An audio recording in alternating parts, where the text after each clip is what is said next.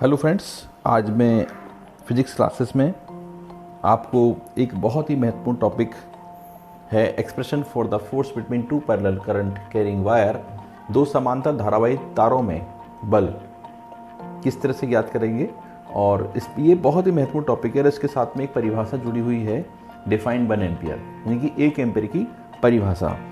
साथ साथ इसमें एक आंकिक भी बहुत इसका महत्वपूर्ण होता है कि आंकिक हम कैसे निकालेंगे। पूरा देखिए, समझिए इसको कि हमारे पास में मान लीजिए दो ये वायर गिवन है और दोनों में जो वैद्युत धारा है यानी कि इलेक्ट्रिक करंट वो सेम डायरेक्शन में है कि एक ही डायरेक्शन में है। मान लीजिए ये हमारे पास है कंडक्टर AB और ये हमारे पास में है CD और इसमें करंट है I1 और इसमें करंट है I2। अब देखिए, ये हम जानते हैं कि कोई भी जो इन्फाइनाइटली लॉन्ग वायर होता है यानी कि एक अनंत लंबाई का जो तार है, एक चालक है, तो उसकी जो चुंबकीय क्षेत्र होता है यानी मैग्नेटिक फील्ड वो होती है μ0/4π 2I/r। ठीक है, तो इसका मतलब ये हुआ कि अगर हम यहाँ पर I1 ले लेंगे तो इसकी फील्ड हो जाएगी और अगर हम यहाँ I2 ले लेंगे तो वो इसकी फील्ड होगी। करना क्या है इसमें, देखिए बहुत आसान टॉपिक है ये। यहाँ देखिए इसमें देखिएगा, ये जो है जब ये इसको हमने करंट दिया तब इसके चारों तरफ मैग्नेटिक फील्ड डेवलप हो गई। ये देखिए, अब ये मैग्नेटिक फील्ड इस किसकी है, AB वायर की, और इस मैग्नेटिक फील्ड में कौन आ गया है यहाँ पर, CD वायर, यानी कि CD वायर इसकी मैग्नेटिक फील्ड में है। ठीक है, यानी कि CD के अंदर भी करंट है और मैग्नेटिक फील्ड किसकी है यहाँ पर, AB की। तो इसका मतलब क्या हुआ कि जो CD है इसकी मैग्नेटिक फील्ड की वजह से उस पर एक फोर्स लगेगा। ठीक है, अब उसकी डायरेक्शन क्या होगी मैं बताता हूँ।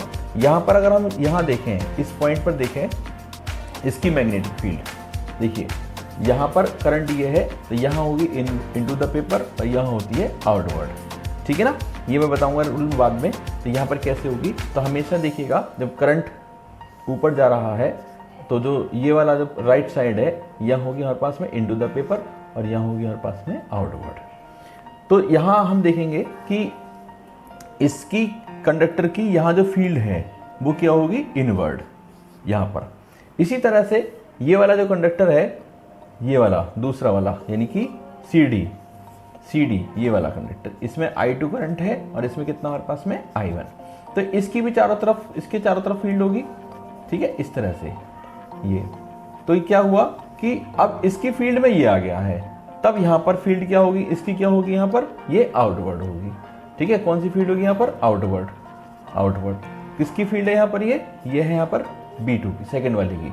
यहाँ पर किसकी फील्ड है, ये B1 की। इसका मतलब ये हुआ कि ये दोनों ही कंडक्टर मैग्नेटिक फील्ड इंड्यूस कर रहे हैं, डेवलप कर रहे हैं या प्रोड्यूस कर रहे हैं और एक दूसरे की फील्ड में ये उपस्थित हैं। कोई भी कंडक्टर अपनी फील्ड में अपनी फोर्स एक्सपीरियंस नहीं करता, वो दूसरे की फील्ड में ही फोर्स एक्सपीरियंस करता है।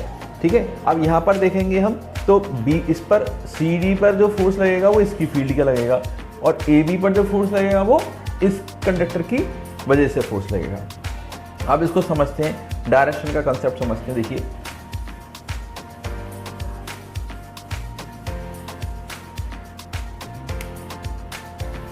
ये देखिएगा, यहां पर ये डायरेक्शन से करंट की I1 और I2।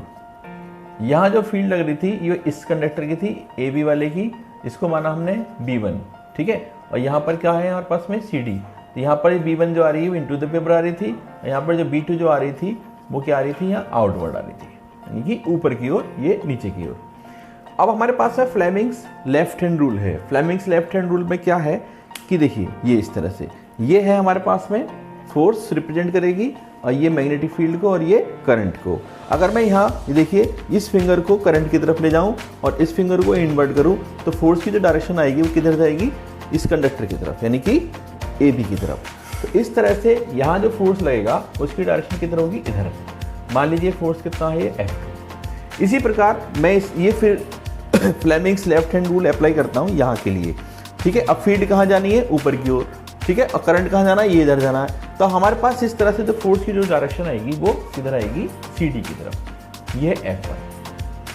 अब देखिए B1 और B2 ये फील्ड समझ गए होंगे कि B1 किसकी फील्ड है, AB की, और B2 किसकी फील्ड है, वो CD की है। अब ये फोर्स की डायरेक्शन आएगी, इसका मतलब क्या है कि जब करंट की डायरेक्शन सेम डायरेक्शन में है, यानी कि एक दूसरे मतलब पैरेलल हैं, तब एक दूसरे को क्या कर रहे हैं, ये अट्रैक्ट कर रहे हैं, यानी कि आकर्षित कर रहे हैं। अब देखिए यहाँ B1 क्या होगा, B1 होगा mu not upon 4 pi 2 I1 upon R, और B2 क्या होगी mu not upon 4 pi 2 I2 upon R। R क्या है, इन दोनों के बीच की डिस्टेंस, इनकी बीच की दूरी। अब क्या करना है, हमारे पास में एक फोर्स का फॉर्मूला होता है, फोर्स का फॉर्मूला ये होता है F equals to ILB sine theta.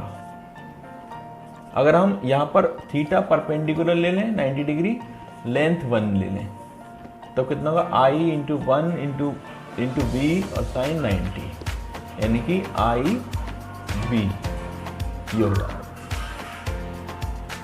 यहां देखिए क्या होगा, जो कंडक्टर CD है उस पर लगने वाला फोर्स जो होगा वो होगा I2 यानी कि इसका करंट इंटू 1, यानी कि इसकी हमने यूनिट लेंथ पर फोर्स निकालेंगे हम। देखिए हमें नहीं मालूम कि ये वायर कितना बड़ा है, अनंत लंबाई का है, इसलिए हम लेंगे फोर्स ऑन CD, ठीक है, पर यूनिट लेंथ, यानी कि उसके एक लेंथ पर, एक यूनिट लेंथ पर हम फोर्स देख रहे हैं, इसलिए हमने L की वैल्यू यहाँ पर 1 ली है, इंटू यहाँ पर जो उपस्थित फील्ड है B1।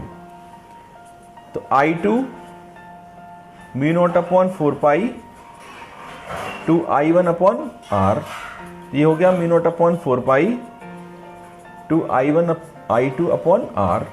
यहाँ लिखेंगे क्या, AB की ओर, AB की ओर या टुवर्ड्स AB।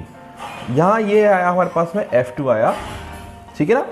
सिमिलरली यानी कि इसी प्रकार यहाँ लिखेंगे इसको, इसी प्रकार F1 जो आएगा वो आएगा mu not upon 4 pi 2 I1 I2 upon R, ये किधर आएगा, टुवर्ड्स CD।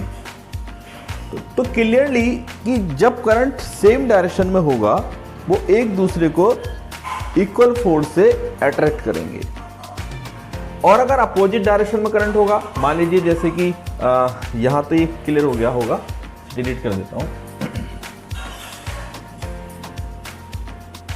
मान लीजिए कि एक करंट ये है, दूसरा ये है, तभी एक दूसरे को क्या करेंगे, इसमें ये रिपेल करेंगे, ठीक है। ये F1 हो गया, ये F2 हो गया, I1 हो गया और I2। इसके डेरिवेशंस में कोई फेरबदल नहीं होगा, बस जहां डायरेक्शन चेंज हो रही है उन्हीं को चेंज करेंगे, बाकी का आपको जो I1 I2 है, R है, F1 F2 है, B1 B2 है, बिल्कुल सेम टू सेम ही रहेंगी, ठीक है, उसमें कोई आपको चेंज नहीं करना है। अब क्या करना है इसमें, इसके साथ में ये फोर्स मैंने प्रूफ कर दिया, और इसके बाद क्या करना है इसमें कि इसमें डिफाइंड 1 एम्पियर आता है, यानी कि 1 एम्पियर को हमें परिभाषित करना होता है। तो कैसे करेंगे 1 एम्पियर को परिभाषित, यहां लिखेंगे हम डेफिनेशन ऑफ 1 एम्पियर, यानी कि 1 एम्पियर की परिभाषा। यहां कभी कभी क्या करते हैं कि स्टूडेंट जो है कि वो ओम्स लॉ से 1 एम्पियर को डिफाइन कर देते हैं, कभी कभी टॉपिक ये आता है, लेकिन यहाँ 1 एम्पियर को हम ओम्स लॉ से डिफाइन नहीं करना है, बल्कि ये फोर्स का फॉर्मूला यहाँ उठा लीजिए, F equals to mu not upon 4 pi 2 I1 I2 upon R। अब इसमें क्या करना है कि इसमें ये लीजिए if I1 equal I2 equal 1 ampere, R1 equal 1 metre ले लीजिए, ठीक है। एक्चुअली यहाँ L है वो 1 ऑलरेडी से है हमारे पास, या L इक्वल्स टू 1 मीटर ले सकते हैं। तब हमारे पास में जो F निकल के आएगा, F जो होगा हमारे पास में म्यू नॉट अपॉन 4 पाई की वैल्यू कितनी होती है, 10 की पावर -7। तो यहाँ इसकी वैल्यू लगाएंगे 10 की power -7 into 2 into 1 into 1 upon 1, यानी कि 2 इंटू 10 की पावर -7 न्यूटन, है ना, पर मीटर, अगर हमने ये लिया है तो इसका मतलब ये हुआ कि 1 एम्पियर वह करंट है जब दो समांतर चालकों में प्रवाहित हो रहा है जो कि एक दूसरे से 1 मीटर की डिस्टेंस पर रखे हुए हैं, तब वो एक दूसरे को 2 इंटू 10 की पावर -7 न्यूटन के फोर्स से अट्रैक्ट करेंगे या रिपेल करेंगे। तो 1 ampere is that current flowing to parallel conductors 1 meter apart, then they will attract or repel with the force of 2 into 10 की पावर -7 न्यूटन। ठीक है, तो आपको समझ में आया होगा।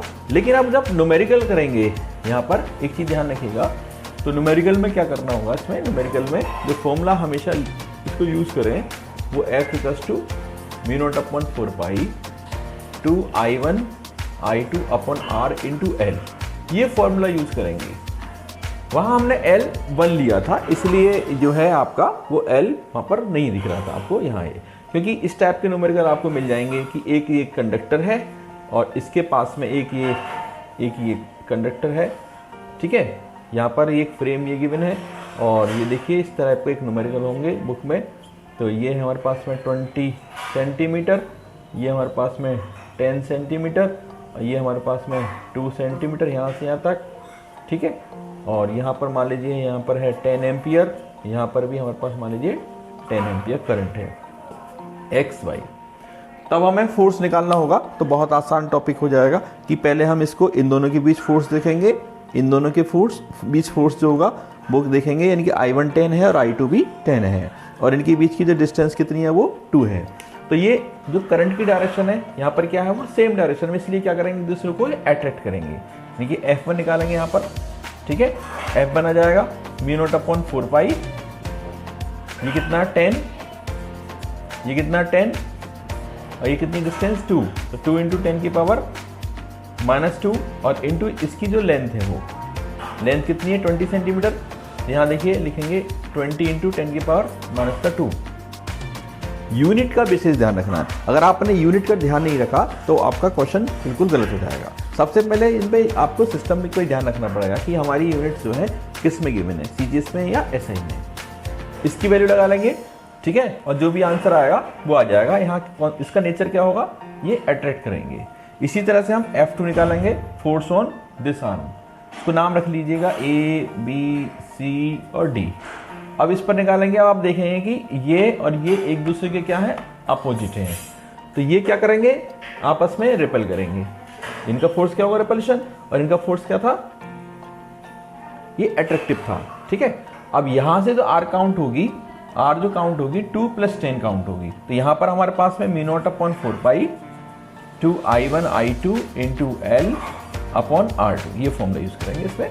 ठीक है, तो मुझे उम्मीद है कि आप लोग जो है इस मेथड से क्वेश्चंस को कर लेंगे और आपको काफ़ी इसमें प्रॉफिट होगा, आपको लाभ मिलेगा। ठीक है, तो फिर आज की क्लास यहीं, नेक्स्ट वीडियो में नेक्स्ट चैप्टर के साथ में, नेक्स्ट टॉपिक के साथ में। धन्यवाद।